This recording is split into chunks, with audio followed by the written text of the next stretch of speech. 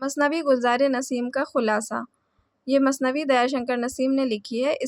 اس مثنوی کا جو خلاصہ ہے وہ اس طرح سے کہانی ہے کہ یورپ کا بادشاہ سلطان زین الملوک کے 5واں بیٹا ہونے پر نجومیوں نے پیشن گوئی کی کہ اگر سلطان کی نظر اس پر پڑے گی تو اندھا ہو جائے گا۔ چند برس بعد ایک دن اتفاقاً باپ بیٹے کا سامنا ہو گیا۔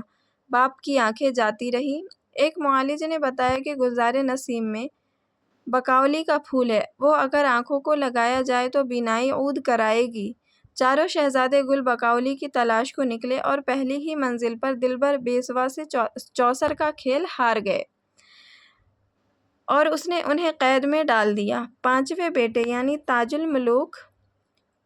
الملوک نے دلبر بیسوا کی ہوشیاری سمجھ لی اور آستین میں نیولا چھپا کر اسے جوئے میں مات دی۔ پھر دوسری منزل پر ایک دیو سے مقابلہ کر کے اسے بھی رام کیا۔ دیو کی چھوٹی بہن ہمالا دیونی مددگار ثابت ہوئی۔ اس کی بنائی ہوئی سرنگ کے ذریعے تاج الملوک گلزار ارم میں پہنچا اور گل بقاولی توڑ لانے میں کامیاب ہو گیا۔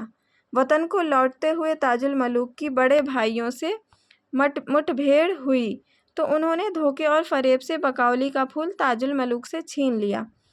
پھول سلطان کی آنکھوں کو لگایا گیا جس سے اس کی کھوئی ہوئی بینائی واپس آ گئی۔ ادھر جب بقاولی نے گلزار ارم سے اپنے پھول کو غائب پایا تو بہت سٹ پٹائی۔ چور کی تلاش میں وہ سراغ لگاتے لگاتے سلطان کے دربار تک پہنچی اور مرد کی صورت اختیار کر کے فرخ ابن فیروز بن کے اس نام سے اس کی وزیر بن گئی۔ یہ سوال آتا ہے کہ جو بقاولی ہے اس نے کس نام سے اپنا جو ہے حلیہ بدلا تھا؟ تو فرخ ابن فیروز کے نام سے۔ پھول ہاتھ سے نکل جانے کے بعد تاج الملوک شہر کے قریب جادو کے زور سے گلشن نگاری بنا کے رہنے لگا، لیکن یہ راز زیادہ مدت تک پوشیدہ نہ رہا۔ بقاولی کو بھی پتہ چل گیا کہ اصل چور تاج الملوک ہے۔ تاج الملوک اس مثنوی کا ہیرو ہے اور بقاولی ہیروئن۔ وہ اس کی شجاعت، دلیری اور مردانگی کی قائل تو تھی ہی، پہلی ملاقات میں دل ہار گئی۔ عشق کی ابتدا ہوئی اور وہ دونوں ساتھ ساتھ گلزار ارم میں داد عیش دینے لگے۔ بقاولی کی ماں جمیلہ پری کو یہ احوال معلوم ہوا تو اس نے بقاولی کو قید کر دیا اور تاج الملوک کو طلسم کے جنگل میں پھینکوا دیا۔ تاج الملوک نے تمام آفات کا نہایت ہمت اور جرأت سے مقابلہ کیا اور طلسم سے رہائی حاصل کی۔ آخر بقاولی سے اس کی شادی ہوئی اور دونوں گلشن نگاری میں آ کر مزے میں زندگی بسر کرنے لگے۔ در حقیقت بقاولی اندرلوک کی پری تھی۔ وہ ہر رات اڑ کر اندرلوک پہنچتی اور صبح تاج الملوک کی آنکھ کھلنے سے پہلے واپس آ جاتی۔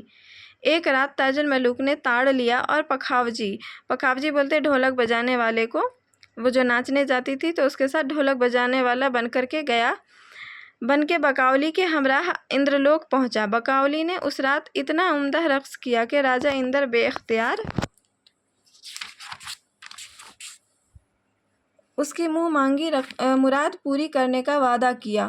بقاولی نے تاج الملوک کے ساتھ زندگی بسر کرنے کی اجازت چاہی، مگر اسے سنتے ہی راجہ کے غیظ و غضب کی انتہا نہ رہی اور بقاولی کو نصف پتھر بنا کر ایک مٹھ میں قید کر دیا۔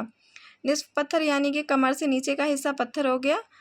کچھ مدت بعد راجہ چترسین کی بیٹی چتراوت بھی تاج الملوک پر عاشق ہو گئی۔